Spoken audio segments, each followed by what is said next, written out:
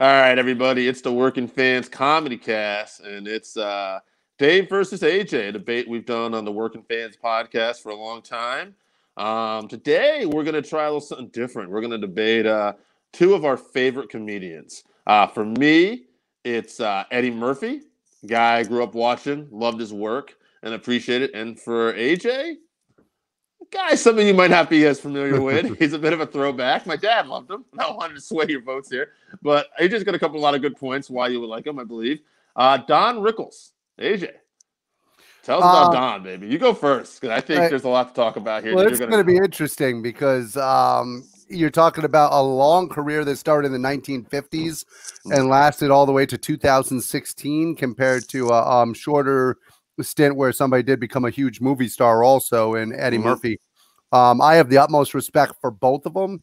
I think our audience, however, is not going to be as up to date or as much knowledge. Hopefully this is something that will lead them to go and check out Don Rickles. Don Rickles is one of your original insult comics. He goes out there and it's not him telling jokes per se where he's telling stories. Eddie Murphy's more of a classic comic where he comes out and tells stories. There's punchlines, there's points to where he's going. Don Rickles comes out and does what as comedians we call crowd work, where he's literally looking for who he sees. And now with some comedians, I'm sure he did this too, there will be plants in the audience where no different than a wrestling event. You want to plant people in the audience so that you can start, if that makes any sense. Yeah, absolutely. And that starts the rhythm going. And then you go from there to the rest of the audience, and it makes it easier to find a rhythm. Yeah, good on him for doing that. I mean, that makes a lot of sense, and it's super challenging to do that too, that aspect of comedy, because obviously it is, you don't know, it's the X factor. You don't know what you're going to run into with that crowd. So yeah, I respect that, and that's not to say that other people may not be able to do that, but he obviously, Rickles was from a different time period, and my dad always used to call him a great insult comic. My dad was a Don Rickles fan. I'm not saying that even in this case to make light. It's something I was always, I heard. I want to ask though, are there other insult comedians from that era? Well, there was much more common in that area because you had more club comedians. Okay. So you got to remember, he started in the 1950s when TV was just starting. So you didn't have the outlets that you have now. Now, that being said, he's got stuff in common with Eddie Murphy. He was on shows like the Dick Van Dyke Show. He had his own TV shows. He was in movies like Clint Eastwood movies and stuff like that. So he had similar things to Eddie Murphy in the sense that he had similar vehicles. But the difference is you didn't have, like when Eddie Murphy was starting, you had HBO with spotlight comedians. In order to be a spotlighted as a comedian back then, you had to go on Ed Sullivan, Milton Berle, stuff of that nature. Where he became famous, believe it or not, was Johnny Carson. Johnny Carson always took credit for discovering Don Rickles because he would always bring him on to his late night show, and he would insult Johnny, insult the crowd, insult whoever was there. And then he became even bigger, insulting people on the Dean Martin celebrity roasts. He would come on and made for good television. Exactly. And he would insult all of your favorite people like Jimmy Stewart, people like Frank Sinatra, Dean himself, all the stars from that day. And then he also traveled with the Rat Pack, which I'm sure, I don't know if the audience is going to be too familiar with the Rat Pack, but Dino, Frank Sinatra, Sammy Davis Jr. And similar to Eddie Murphy, he would say things that were not politically correct. He would joke about the things that you wouldn't normally joke around with people. And I don't know. I'm glad you touched on that today. You took the words out of my mouth. Yeah. Like I was going to say, for people who think, Murphy was more of like, making fun of like races and stuff like that in his comedy. You haven't watched Don Rickles. Like Don made fun of your race, your religion. It was a different time period, and it was a white dude doing it too, folks. Well, now that being said, he was like a lot of the comics that were in that time period. He's Jewish, so he had a little bit of a different background growing up. Obviously, seeing the anti-Semitism stuff like that, and his way of dealing with stuff was by doing comedy to point out to people how absurd it was. So he would literally just call somebody, like he would be talking to a white guy in the middle, like, listen, you freaking wop or something like that, cracker, whatever the popular time period slang was, and he would pick on anybody for that. But the thing is, he was fair. He picked on everyone. If you're going to be an insult comic, you cannot only pick on one race. That makes you a racist. Right. You have to literally pick on everyone. Right.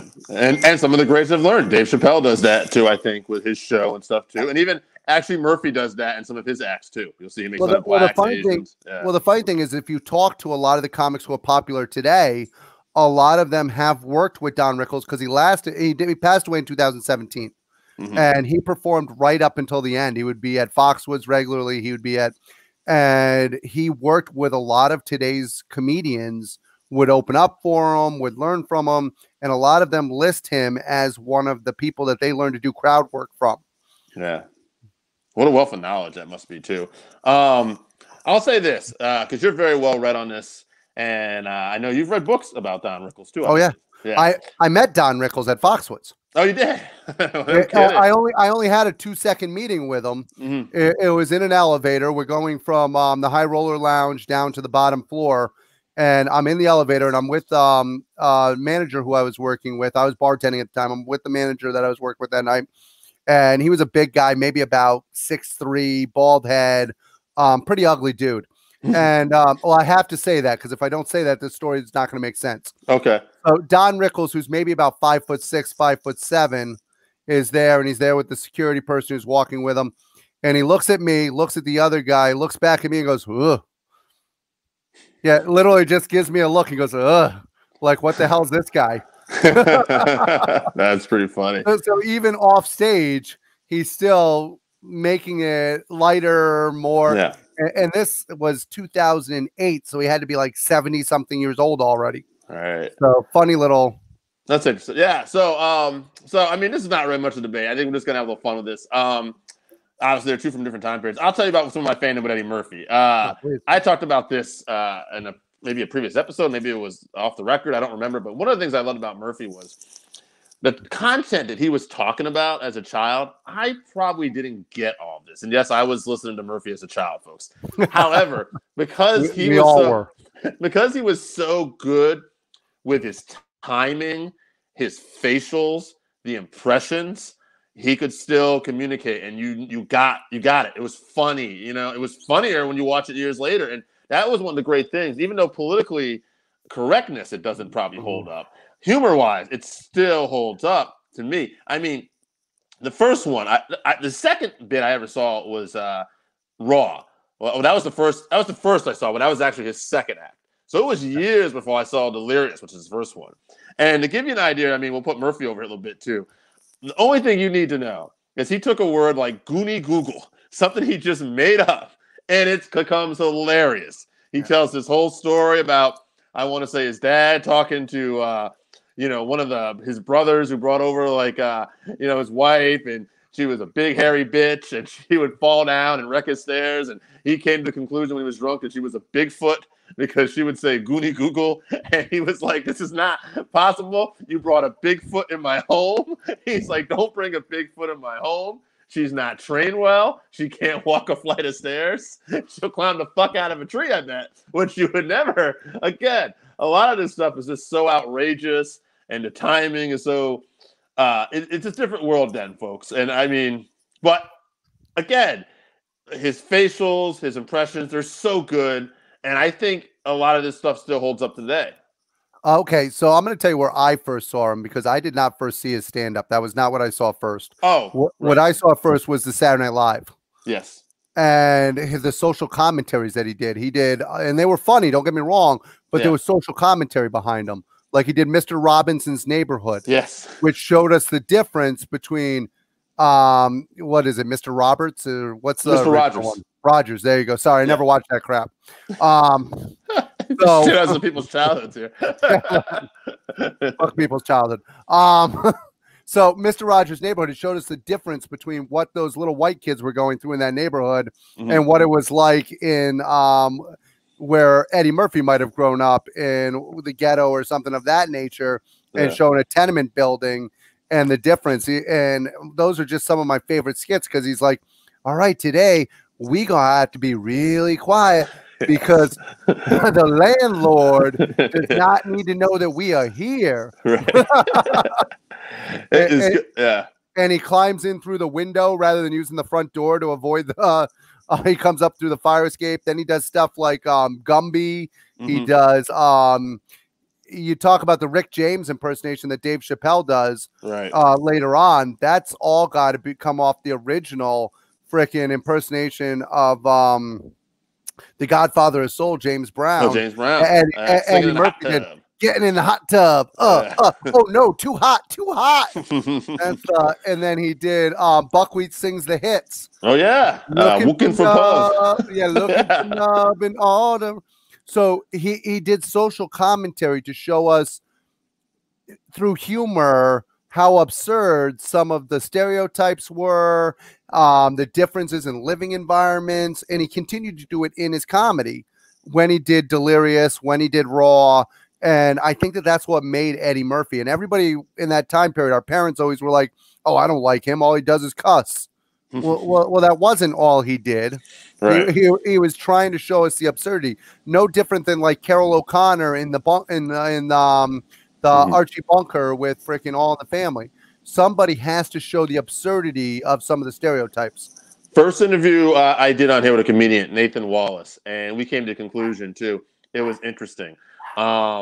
Yes, being a clean comedian can be difficult, but also being a dirty comedian prevents different challenges because everybody swears. So if you're going to swear in your act, you need to be particularly good. You need to have a particularly good act to stand out because everybody's already swearing. So that's not a hook. You know what I mean? You can go anywhere and see people swear. So to be really, truly, that, you know, it's a different art, basically. Yes, being a clean comedian is very hard. What Bill Cosby did, and I'm not talking about Bill Cosby, the rapist. I don't know that guy.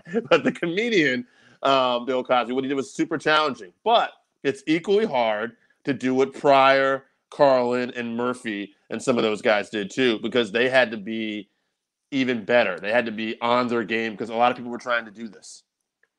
I think that what you talked about there is very important. By the time Eddie Murphy came out, there was a lot more comics that were swearing in their acts. It wasn't like the 1960s where you could actually get arrested for swearing in your act and that it was considered extremely taboo to actually do that.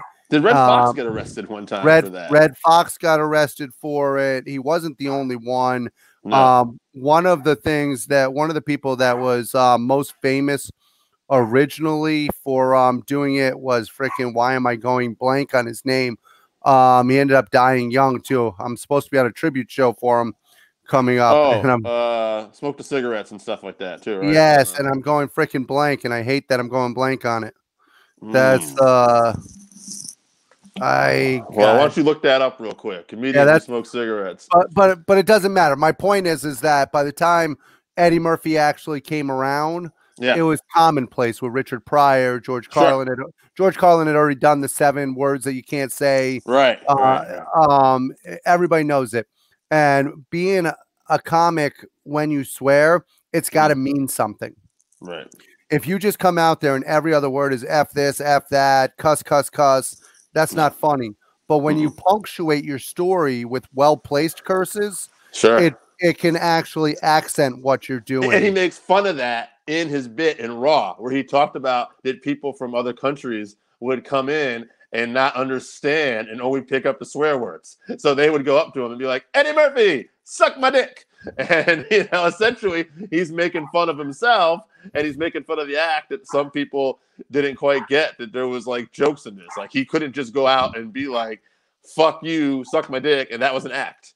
Yeah, and that was the interpretation that some people had. And even Bill Cosby, he talked about what a hypocrite Bill Cosby was early in his comedy. Yes. And how Bill Cosby called him up and cussed him out because of him doing the all the swearing they did and the swearings and stuff like that. And then Richard Pryor, of course, gave him the advice, are you making money? Are you doing well? Then you tell Bill suck my dick. Exactly. And to me, that's one of the funny things about comedy is that there will always be people. Lenny Bruce is the name. Lenny Bruce. Sorry. There'll always be people who think that they're experts and need to go out there. And I want to be clear with people when we do this podcast. This is all about our opinions. This is how we feel about people. Yeah. We're having fun with this. By no means are we saying, oh, we're experts. This guy sucks. This guy sucks. It's all interpretation. Comedy is no different than art. It makes you feel how it feels. Dave and I can listen to the same comedian. It doesn't mean that we're both going to laugh our asses off. One of my favorite comedians is Stephen Wright. Not everybody gets Stephen Wright because he's so stoic and straight, and not everybody gets the comedy. And that's, to me, that's like the pinpoint that I can show when it comes to opinion and how comedy can make you feel. Because I've seen people who watch him and they're like, what the fuck? He's great, actually. I like Stephen Wright. I went with you to see Stephen Wright, actually. To me, he's like doing joke grenades. He's pulling the pin, and then eventually it hits you, and you're like, oh, shit, that's what he meant. Yeah, and, you know, you talked about SNL before. Pryor was on SNL before Murphy. He did a lot of stuff on there, too. And Carlin, Pryor. Yeah. And the time period, so you're following like all these legendary comedians too. So it was you had to be great to be on SNL at that time. Not to say you don't now. But especially in that time period. In that time period, yeah. It is so different now compared to then. And I hate to sound like an old timer who's like, in my day it was this much better. But that's not even our day. No, that's before our day.